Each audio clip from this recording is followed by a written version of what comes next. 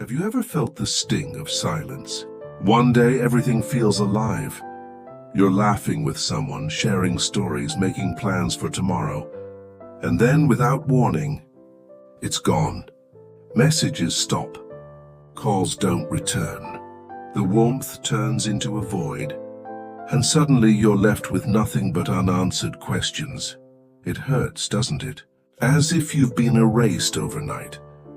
And the first thought that pierces your mind is, what did I do wrong?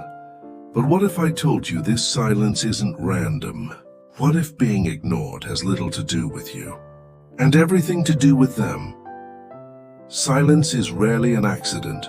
It's a decision, not shouted, but deliberate enough to shake your peace. Some people won't confront, won't explain, they simply disappear. And you're left battling questions that echo inside your chest. Did I say something wrong? Did I stop being important? Why did they pull away? The truth is, their silence is rarely about your worth. It's about their limits, their choices, their inability to walk the same road you're on. Some vanish because they no longer have anything to gain. Some retreat because your growth unsettles them. And some, they were never truly invested to begin with. Here's what most people miss. You don't need to chase. You don't need to beg for explanations. You don't need to twist yourself to earn back what was never meant to stay. Because real strength, the kind Stoics lived by, comes from understanding the psychology behind silence and choosing not to take it personally. As Marcus Aurelius once wrote, "If it is not right, do not do it. If it is not true, do not say it. Let your peace rest on what is within your control." So the question is, why do people go silent? What does their absence actually reveal? And how should you respond when those you once counted on suddenly disappear? Stay with me until the end, because the final insight may shift your entire view on relationships, growth, and even your own worth. But first, let me share a story. One that reveals the meaning of silence more powerfully than any explanation ever could. The story of Daniel and the candle. Daniel was the kind of person everyone leaned on. Warm, steady. The friend who showed up without hesitation, who answered every call, who gave without keeping score. But one day something changed. His phone, once buzzing with constant messages, fell quiet. Friends who once reached out began to fade. Conversations once natural now felt heavy and strained. At first, Daniel brushed it off. "They're probably just busy," he told himself. But deep down, the question burned hotter. Why are they ignoring me? The more he wondered, the heavier it grew. Finally, in quiet desperation, Daniel sought out his old mentor, Mr. Alden, a retired psychologist known for his piercing wisdom and calm presence. "Sir," Daniel began, his voice heavy with confusion, "I don't understand. People who once valued me now act like I don't exist. What did I do wrong?" Mr. Alden didn't answer right away. Instead, he reached for a candle and a box of matches. "Light this," he instructed. Daniel struck the match, touched it to the wick, and watched the flames spring to life, steady, calm, glowing. "Now," Mr. Alden said, pointing toward the open window. "Bring it closer." Daniel obeyed. And as he did, a gust of wind swept in and extinguished the flame in an instant. Mr. Alden leaned back, eyes soft but certain. "That, my boy, is why people ignore you." Daniel frowned. "I don't understand." Mr. Alden smiled faintly. "A small flame stays unnoticed when it hides in shelter. But a brighter flame, it stirs the air. It attracts the wind. It unsettles the stillness. Growth always draws resistance. Light reveals shadows. And when you shine, some people retreat, not because you're wrong, but because your light reminds them of the darkness they still live in. And in that moment, Daniel understood. The silence wasn't his fault. It was the natural consequence of growth. That night he made a choice. He stopped chasing explanations. He stopped dimming his light just to feel accepted. And in that choice he discovered peace, not because the silence ended, but because he no longer feared it. Lesson 1. They're testing your reaction. Daniel left Mr. Alden's home that evening with a quiet fire in his chest. For the first time he realized that silence was not always an insult, it was often a mirror. But even with that new perspective, he couldn't ignore how painful it felt when people he cared about pulled away. A few days later, he noticed something strange. One of his closest friends, let's call him Mark, had gone cold. Yesterday they were joking, sharing stories, making plans. Today, nothing. Messages unanswered, calls ignored. Not even a short reply. At first, Daniel thought, maybe he's busy. But then the pattern repeated. Warm one day, ice the next. Present one week, absent the next. It was as if Mark was playing a game of presence and withdrawal. And slowly Daniel began to realize this wasn't about busyness. It was about testing him. Have you ever noticed that some people don't disappear out of neglect, but out of calculation? They want to see how you'll react. Will you panic? Will you chase? Will you hand over your peace just to win back their attention? It's one of the most subtle forms of manipulation. They ignore you not because you've lost value, but because they want proof of their control. Think of it like a game of tug-of-war. You're holding one end of the rope, they're holding the other. Suddenly they let go. The rope slackens, you stumble, and they watch closely. Will you grip harder? Will you rush forward to retighten the bond? Will you plead to pull the rope taut again? This is the silent test. And the moment you chase, the moment you double-text, over-explain, or whisper, "Did I do something wrong?" you hand them your power, because in that moment you've said without words, "Your attention means more than my dignity. Your silence means more than my peace." And that's exactly what they wanted to know. But what if you don't? What if instead of scrambling to repair the silence, you simply let it be? What if you let go of the rope too? Suddenly the game ends. The control evaporates. Their test fails. Not because you won or lost, but because you refused to play. This is where Stoic wisdom shines. Epictetus once wrote, "Freedom is the only worthy goal in life. It is won by disregarding things that lie beyond our control." And truly, what is someone else's silence if not beyond your control?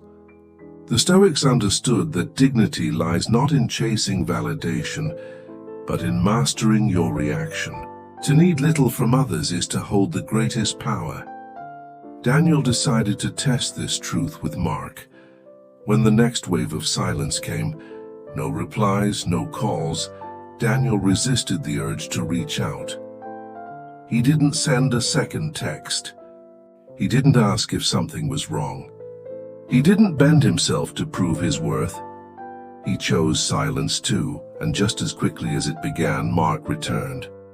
Cheerful again, talkative, acting as though nothing had happened. That was the moment Daniel saw the truth. It wasn't about losing interest. It was about testing control. And because Daniel didn't play, Mark lost his grip. So what does this mean for you? Step 1. Recognize the pattern. If someone repeatedly withdraws, only to return when you chase, it's not an accident. It's a tactic. Step 2. Refuse to play. If silence is their move, then stillness is yours. Do not reward the manipulation with your panic. Step 3. Remember your worth. Real connection doesn't require games. The right people don't test your loyalty by manufacturing absence. They stand steady. At the end of the day, silence can be a weapon or it can be a mirror. The choice lies in how you respond. Because here's the paradox. When you stop reacting, when you remain calm in the face of absence, you become untouchable. Marcus Aurelius reminded himself daily, "You have power over your mind, not outside events. Realize this and you will find strength." So the next time someone withdraws just to test you, don't chase. Don't beg. Don't stumble for answers. Let them sit in the silence they created, because your peace was never meant to be their playground. But not every silence is a test. Sometimes it's something colder, when people only stayed because of what they could take from you. Lesson 2. They no longer benefit from you. When Daniel finally stopped chasing Mark, he noticed something else. There were people who didn't just test him, they disappeared altogether. No slow fade, no mixed signals, just gone. At first it cut even deeper. He asked himself the same questions you've probably asked. What changed? Was I not enough? Did I fail them somehow? But slowly the truth became clear. It wasn't him that changed. It was what they could no longer take from him.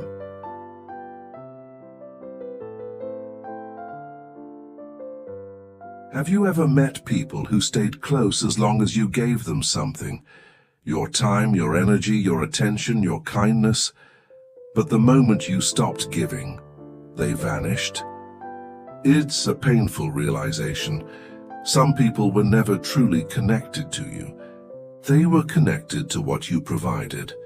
Think of them like devices plugged into an outlet. While they're charging, they stick around, drawing from your energy, your light, your patience. But once they're fully charged or find a stronger outlet, they unplug and walk away. And there you are, still glowing, still ready to give, wondering why they left without warning. But here's the reality. Nothing went wrong. Their leaving doesn't mean you lost value. It means they were never there for you. They were there for the benefit. Daniel remembered an old acquaintance, Sophie.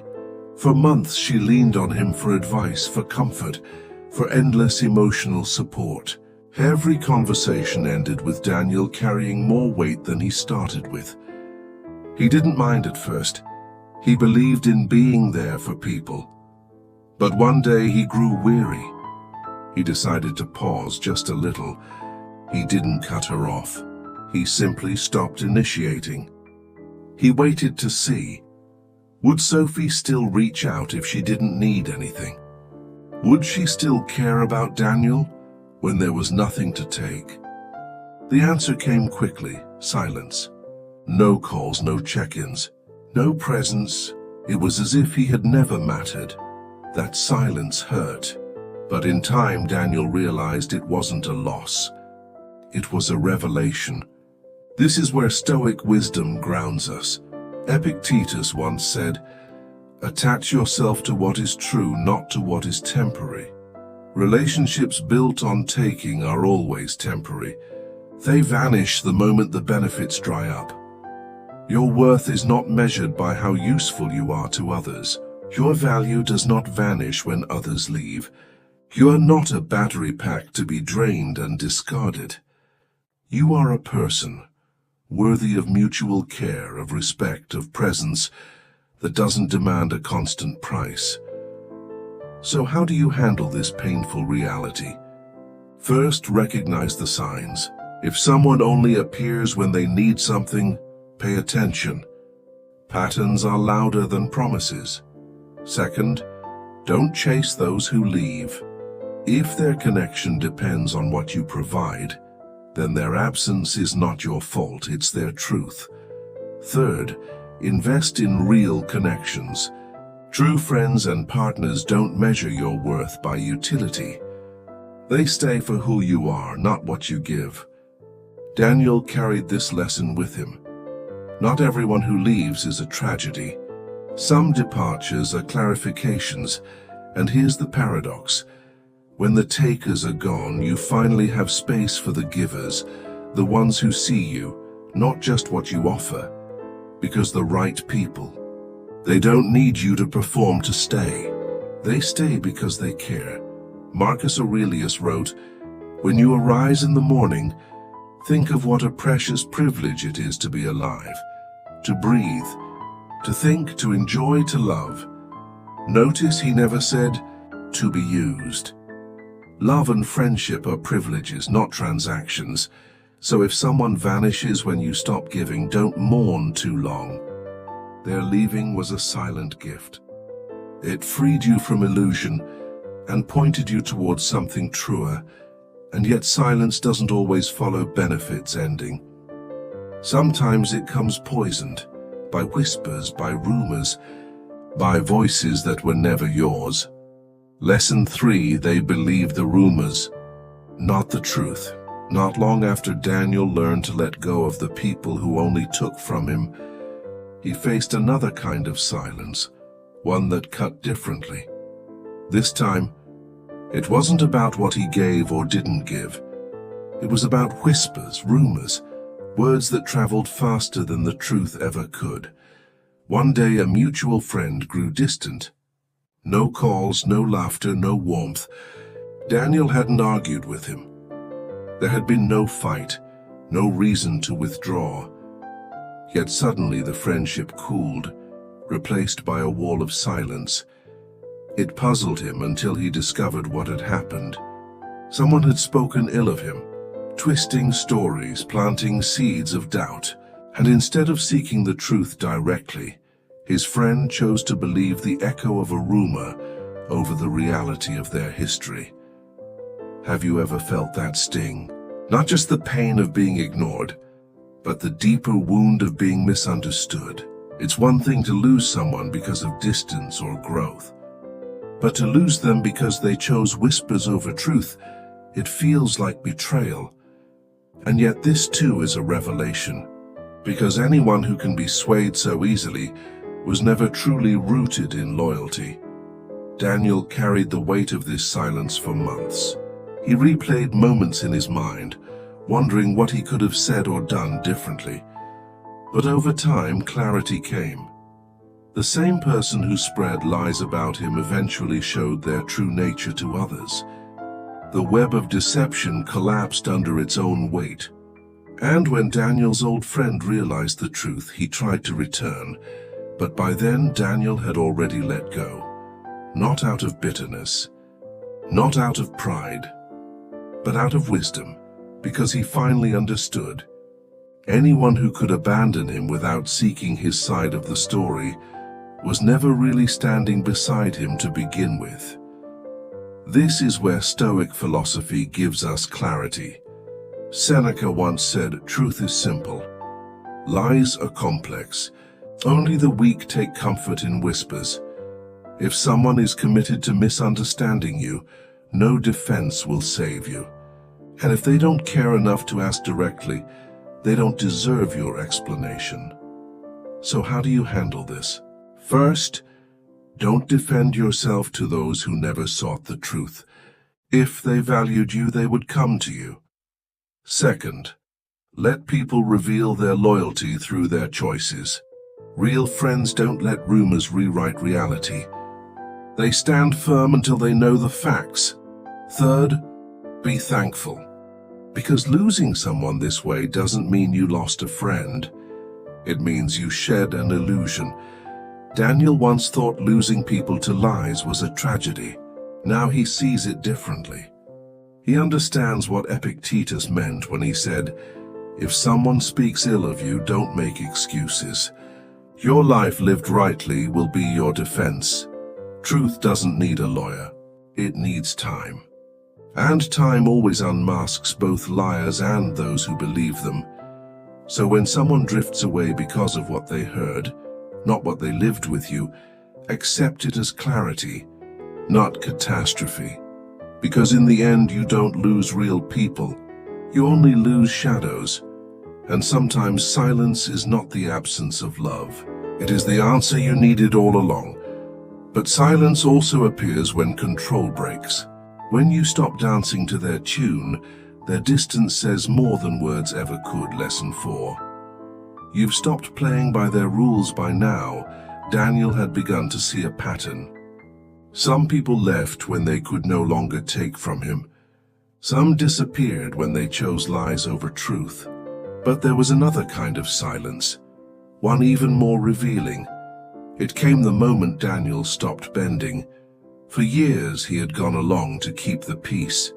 He excused little digs. He explained himself endlessly. He softened his no into maybe, just to avoid conflict. And as long as he allowed himself to be pulled, certain people stayed close. But the day he set boundaries, the day he stopped playing their game, their warmth turned cold. Have you noticed this? That some people don't love you. They love the control they have over you. The moment you stop dancing to their tune, the music ends. It's not that you've wronged them. It's that you've cut the strings. Daniel remembered one person in particular, Claire. She was clever, charming, but always steering conversations her way. If Daniel disagreed, she'd guilt-trip him. If he set a boundary, she'd paint him as unfair. For a long time, he justified it. Maybe she's just stressed. Maybe I'm too harsh. So he adjusted. He explained. He softened. But one day, Daniel grew tired of playing the puppet. When Claire pressed him again, demanding an explanation he didn't owe, he simply stopped. He didn't justify. He didn't apologize. He stood firm, calm, resolute, and just like that, she vanished. No confrontation. No long goodbye. Just silence. At first it stung. He asked himself, was I too rigid? Did I push her away? But then clarity came. It wasn't that he had changed too much. It was that he had stopped being controllable. This is where Stoic wisdom becomes a shield. Marcus Aurelius wrote, "The nearer a man comes to a calm mind, the closer he is to strength." Calm does not mean passive. Calm means refusing to be mastered. And the moment you stop being mastered, those who thrived on control will fade, not because you failed them, but because they no longer succeed with you. So what do you do when silence follows your strength? Step 1, recognize the truth. If someone only valued you when you yielded, their presence was never about love. It was about leverage. Step 2, stop justifying. The more you explain yourself to those who twist your words, the more rope you hand them. Let your actions speak instead. Step 3, let them leave. Their absence is not punishment. It is freedom.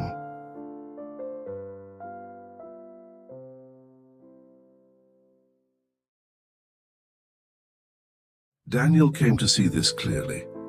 When someone walks away because you stopped playing their game, you haven't lost anything. You've simply ended a performance that was never meant to be your life. A puppet with cut strings is no longer a puppet. It is free, and freedom always costs something. Sometimes it costs the audience who only came to watch you dance. Seneca once wrote, "He who is brave is free." And truly, bravery in relationships is not about fighting louder. It's about standing still in your truth, even when it makes others uncomfortable. So if you've ever been left because you stopped playing by someone else's rules, take heart. Their silence is proof that you've stepped into your own power, and those who cannot handle your independence, they were never applauding you in the first place. They were applauding their control over you. Let them go. Stand tall, and never shrink back into strings. Still, not every withdrawal is about power. Some vanish for another reason, because your growth unsettles them more than your mistakes ever did. Lesson 5. They feel intimidated by your growth. When Daniel stopped bending to other people's rules, something powerful happened. He began to grow. He read more. He trained his mind and his habits. He set higher goals, woke up earlier, built discipline that once felt impossible. He wasn't trying to leave anyone behind. He was simply choosing to rise. But that's when he noticed another kind of silence, quieter but colder. People who once cheered him on grew distant. Their jokes carried a sting. "So what, now you're better than us? Always busy, huh? You've changed." At first, Daniel felt guilty. Was he really abandoning them? Was his growth selfish? But then he saw the truth. They weren't upset at him. They were unsettled by what his growth revealed about them. Have you seen this in your own life? You start making changes, getting healthier, more disciplined, more intentional, and suddenly not everyone is clapping. Why? Because your progress becomes a mirror, and mirrors can be uncomfortable. Your ambition highlights their complacency. Your discipline exposes their laziness.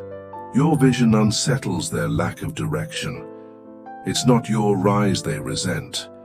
It's the reflection they see in themselves when you rise. Think of climbing a mountain. At the beginning, you and a friend walk side by side. The slope is gentle. The air light and the laughter flows easily. But as the trail steepens, you dig deeper. You press forward. Your friend begins to slow. "Let's rest," they suggest. "Maybe we should turn back." But you see the summit and you keep climbing. Now instead of cheering, they resent. Instead of encouraging, they accuse. "You're not the same anymore." But what they truly mean is, "I can't keep up." Daniel experienced this with an old companion, David. For years they shared the same pace, the same habits, routines, even the same small dreams. But as Daniel began to shift, David stayed still.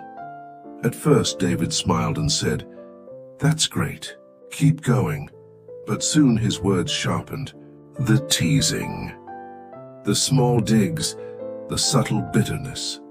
Until one day, David simply stopped reaching out. Daniel felt the sting of that silence. But he remembered Mr. Alden's words, "A brighter flame stirs the wind." And he realized this was not rejection. It was revelation. This is where Stoic wisdom steadies us. Marcus Aurelius reminded himself, "If you are rising in virtue, do not be surprised if others withdraw. The sun does not apologize for shining. Growth is not betrayal. It is simply a test of who can rise with you and who cannot." So how should you respond when your growth intimidates others? First, do not shrink. Your progress is not arrogance. It is alignment with your highest self. Second, pay attention to patterns. If someone only claps when you're comfortable but grows cold when you rise, recognize the truth. Their loyalty is conditional. Third, let them go in peace. Not everyone is meant for the summit. Some were companions only for the valley, and that is okay. Daniel came to see that growth always carries a price. And often the price is people who would rather stay safe in the shadows than climb with you into the light.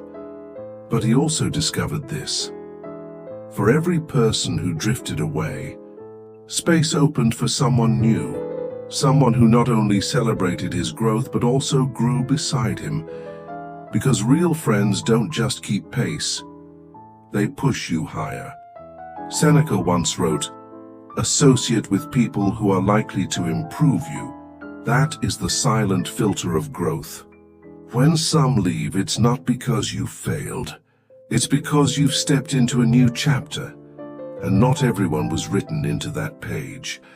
So when the silence comes as you rise, don't mourn it. See it for what it is, proof that you're moving forward. And when growth doesn't drive them away, truth often will. For when masks fall, silence becomes their final escape. Lesson 6. You've exposed their true nature. There is another kind of silence Daniel learned to recognize. Not the silence of tests, not the silence of users. Not even the silence of envy.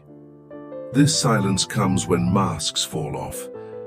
Daniel once knew a man named Julian, charismatic, charming. The kind of person who always had a story, always had a way of making himself look like the victim. For years, Daniel defended him. When others doubted Julian, Daniel gave him the benefit of the doubt. When stories didn't quite line up, Daniel told himself there must be some explanation. But over time, cracks appeared. Contradictions, little lies, subtle manipulations. The mask began to slip, and one day Daniel stopped playing along. He stopped nodding. He stopped excusing. He started asking direct questions. And just like that, Julian vanished. No argument, no dramatic ending, just silence. At first, Daniel felt the sting of abandonment. Had he been too harsh, too suspicious? But then clarity dawned. Julian hadn't left because Daniel was wrong. He left because the game was over. Have you noticed this? That some people don't walk away because you changed. They walk away because you stopped letting their lies work. When light enters a dark room, dust becomes visible. You can't unsee it. And those who thrived in the shadows, who relied on deception, manipulation, or half-truths, cannot survive when the light is on. They'll accuse you of changing. They'll say you're not the same anymore. But what they really mean is, you've stopped letting me take advantage of you. This is where Stoic wisdom anchors us. Epictetus taught, if someone succeeds in provoking you, realize that your mind is complicit. The same is true of deception. Lies only thrive when we allow them. When you expose the truth, you strip manipulators of their power and their silence. It is not punishment. It is confession, so how do you handle it? First, don't regret seeing the truth. Yes, it hurts, but it's better to feel the sting of reality than the comfort of illusion. Second, let them go.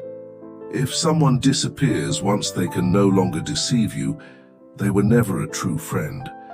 They were an actor in costume. Third, stand firm in your integrity.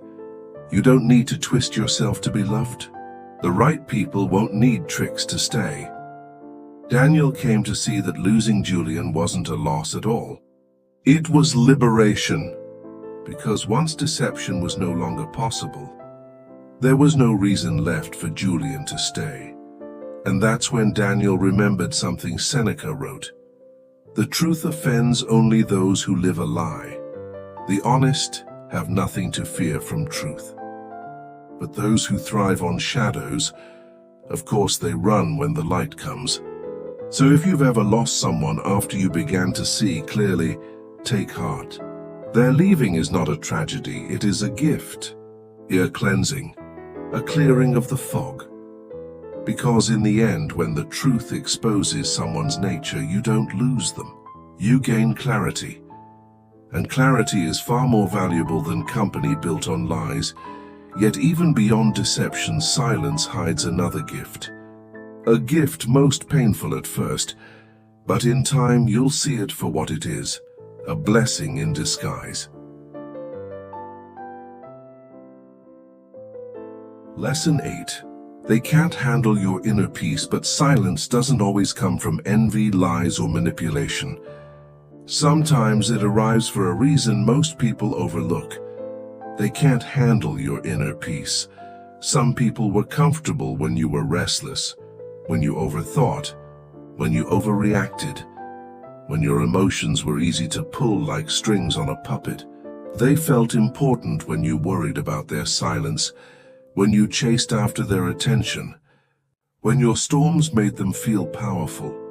But when you stop reacting, when you become calm, steady, untouchable, the game ends.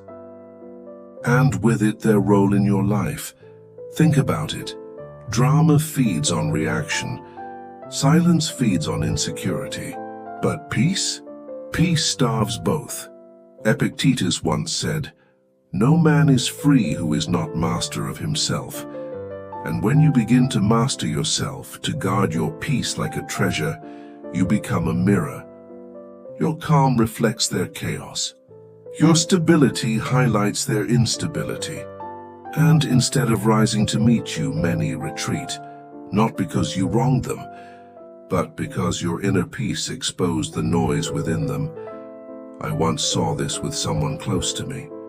They thrived on conflict, always looking for a way to provoke, to test, to pull me out of myself. For years I obliged, reacting, explaining, defending. But the day I stopped, the day I chose silence instead of arguments, calm instead of chaos, they disappeared. Not because they no longer cared, but because they no longer had control. So if people ignore you when you're at peace, don't mourn it. See it for what it truly is. Proof that your calm has grown stronger than their storms, because peace is power. And some people simply cannot handle it. So when you look back at all these faces of silence, remember, it was never meant to destroy you. It was meant to refine you. If you've stayed with me until the very end, thank you. I hope these reflections have brought you clarity, peace, and perhaps even the courage to stop chasing what was never yours. If this message resonated, give it a like and leave a comment with the words, "Thank God," if you've ever discovered the blessing hidden inside someone's silence. And if you're new here, I'd love to have you as part of this growing community. Subscribe to Stoic Havenway, turn on the bell, and join us for more wisdom, more stories, and more reminders that strength is found not in noise, but in calm, steady truth. Until next time, stay grounded, stay growing, and remember, you don't need everyone to understand you. You only need a few who truly do.